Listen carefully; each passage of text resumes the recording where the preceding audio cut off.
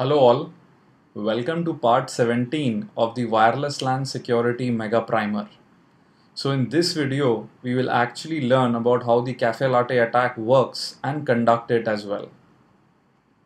So in the previous video, we had seen that we were able to lure a client to connect to our fake access point even though we were unaware of the web key of the network the client had in its preferred network list.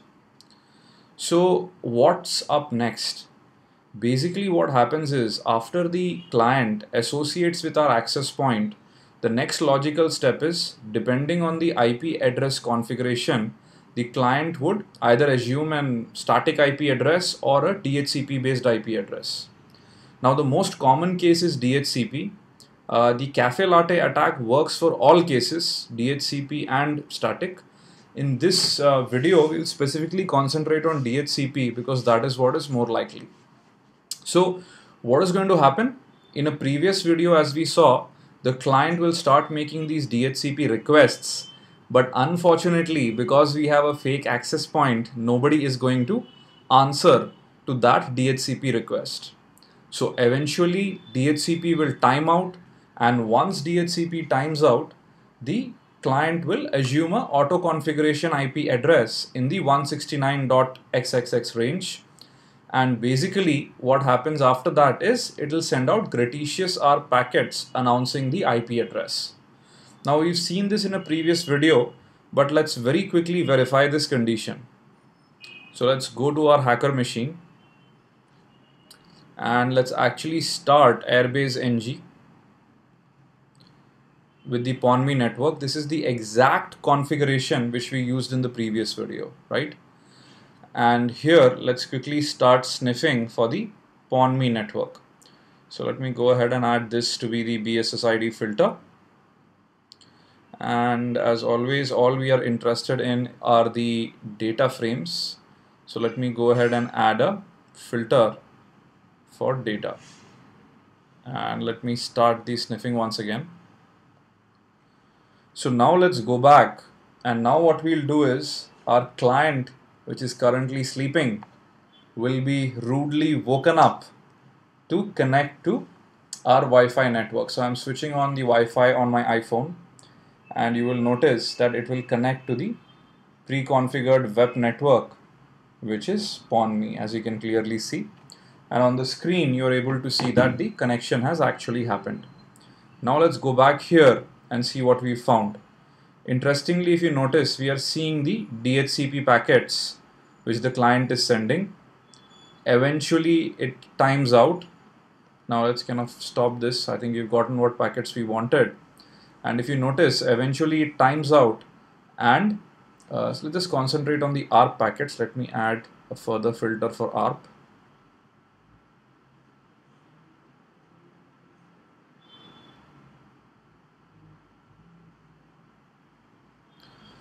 Right, so eventually the client decides to take up an auto configuration IP address because it did not get a DHCP based address, and then it sends out these gratuitous R packets to announce it. Now, one very important thing you need to note: the attacker cannot see any of these packets in plain text simply because he does not have the web key.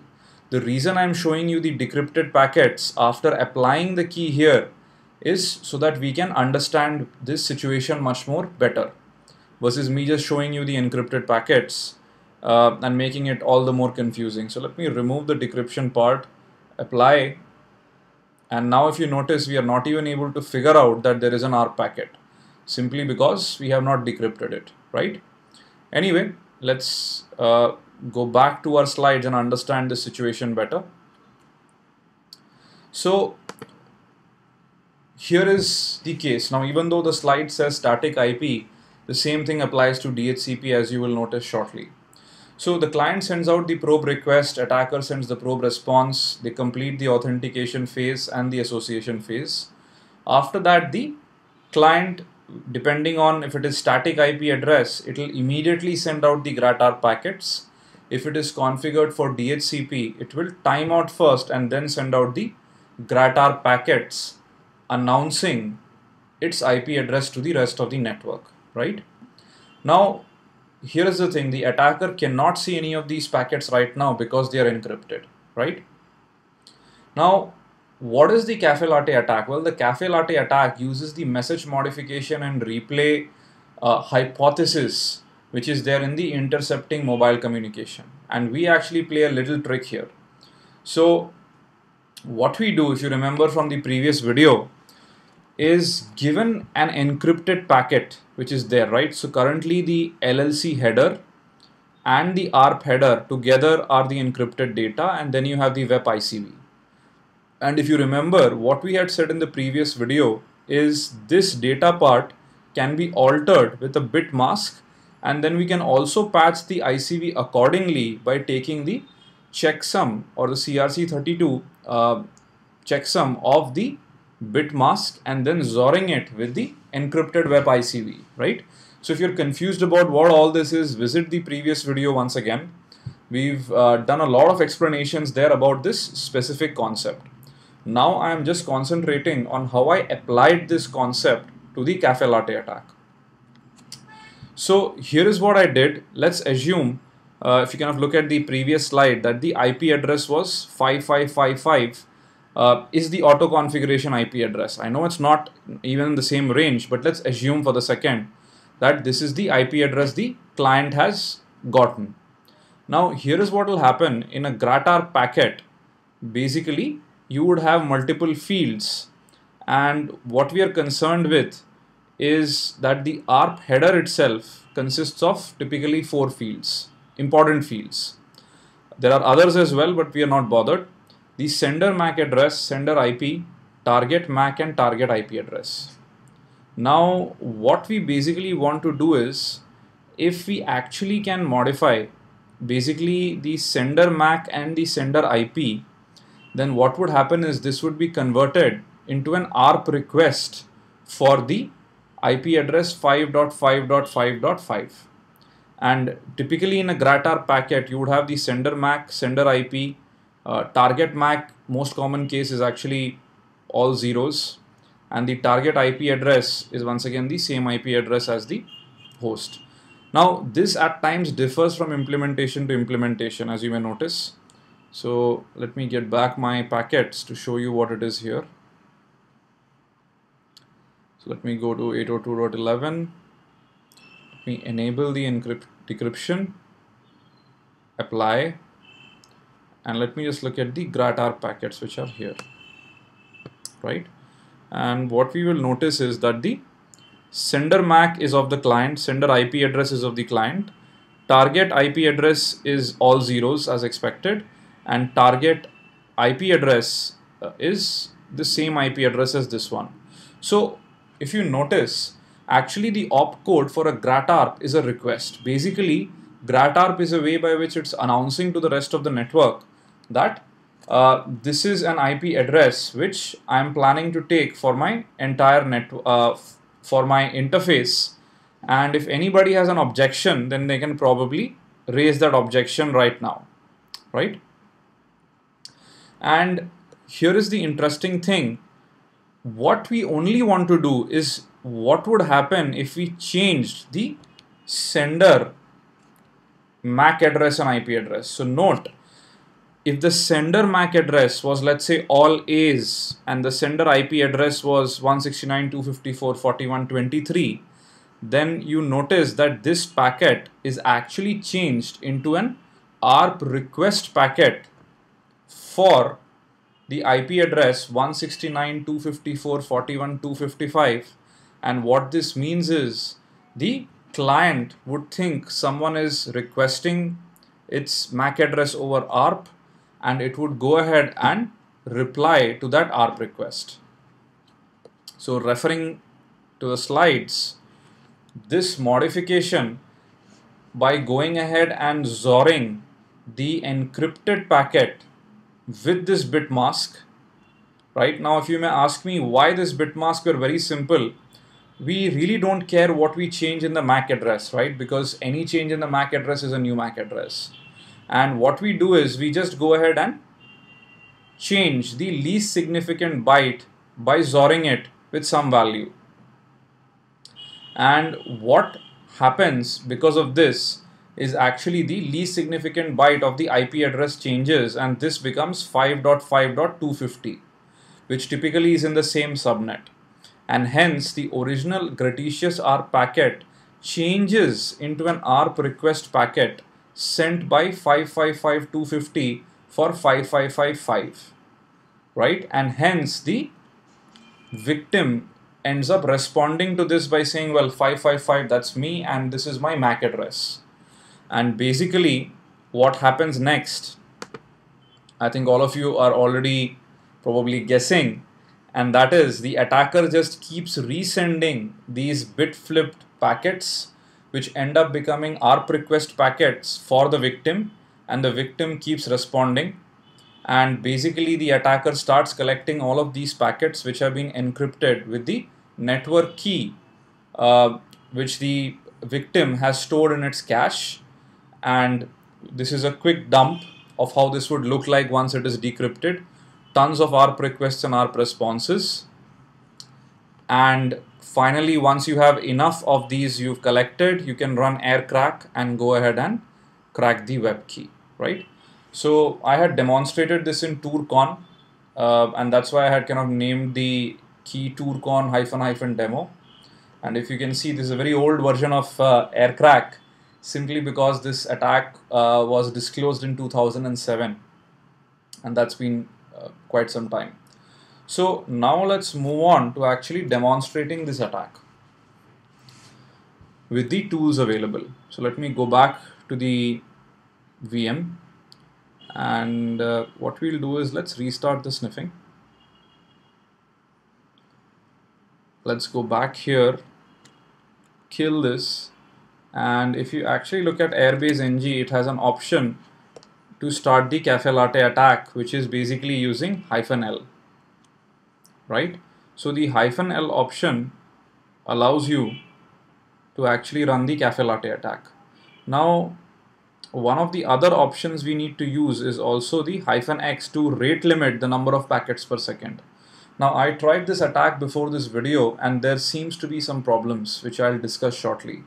One is, because we are running this inside a VM and we have this external USB card, if the number of packets per second is very high, what happens is the guest operating system tends to use the USB I/O quite a lot. And this actually brings down the overall performance, and we almost see that the VM comes to a position where it almost hangs because of lack of CPU cycles, right? I'm sure this will not happen when you use a dedicated machine on which Backtrack is running. So because of that, we will rate limit this. Try it on your own, you will kind of conclude the same thing. So -L is for Cafe Latte and -X to rate limit it. Of course, if we rate limit, then the number of responses we will get will also be very few, which would mean we'll take a longer time. But I just want to demonstrate the whole logic, and you can complete the attack. So we've started the process of actually waiting for the client, which is currently sleeping. And now what I'm going to do is I'm also going to use arrow dump to store all these packets somewhere. I think I can give it the ESSID pawn me mon0 interface, and basically Cafe Latte demo. Oops.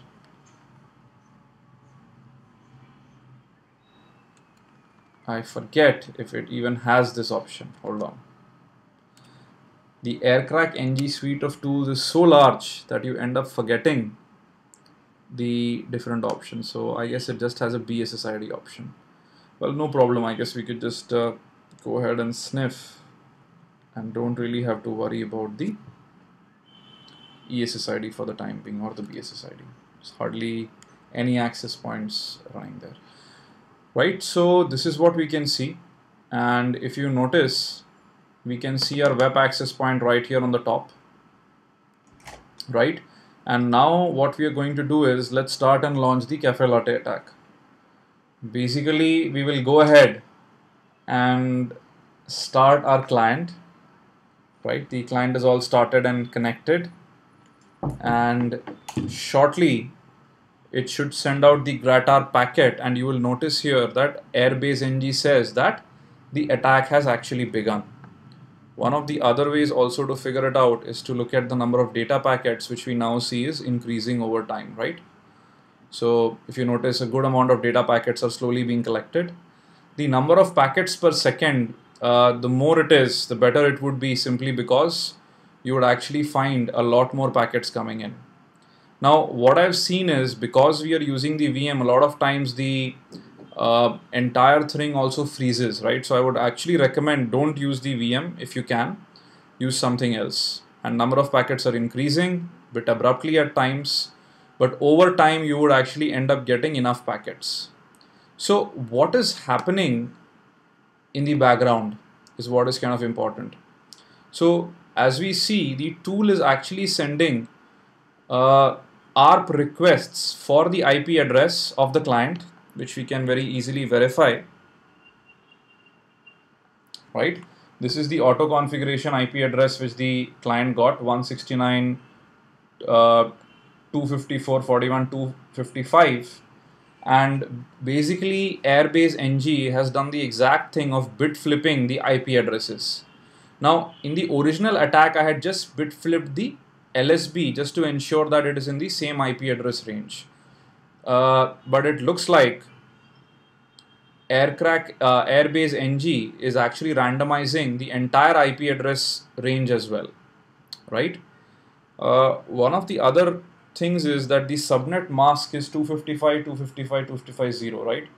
So this is how the access point, the client would figure out whether it can even reply to a specific response or not. Anyway, so the whole idea is that once it receives all of these ARP requests, it would end up sending ARP responses. But we can see that the client is a bit slow in its responses. So let me actually go ahead and add a filter to check how many responses are actually being sent. So here is the opcode for request. And let me actually say, well, I'm not interested in requests. There's a ton of frames, so that's taking a good amount of time to filter, right? And now we are able to see all the responses. So ideally what you would want to do is you would want to speed up the entire process by increasing the number of packets per second. And once you do that, you would get a lot more packets, right? And one of the important things which we need to figure out here is that each of these packets actually is with a different initialization vector, as you can clearly see, right? Kind of see this counter here, which actually means they are encrypted with the same web key, but they are different data packets. And as you know, a couple of thousand of these packets and the web key will be eventually cracked, right? I leave that as an exercise to you. Word of caution is, if you do not limit this, you may actually find that your VM will freeze, and that's something I can show you here right now in a second. So now let me just go ahead and quickly reconnect once again.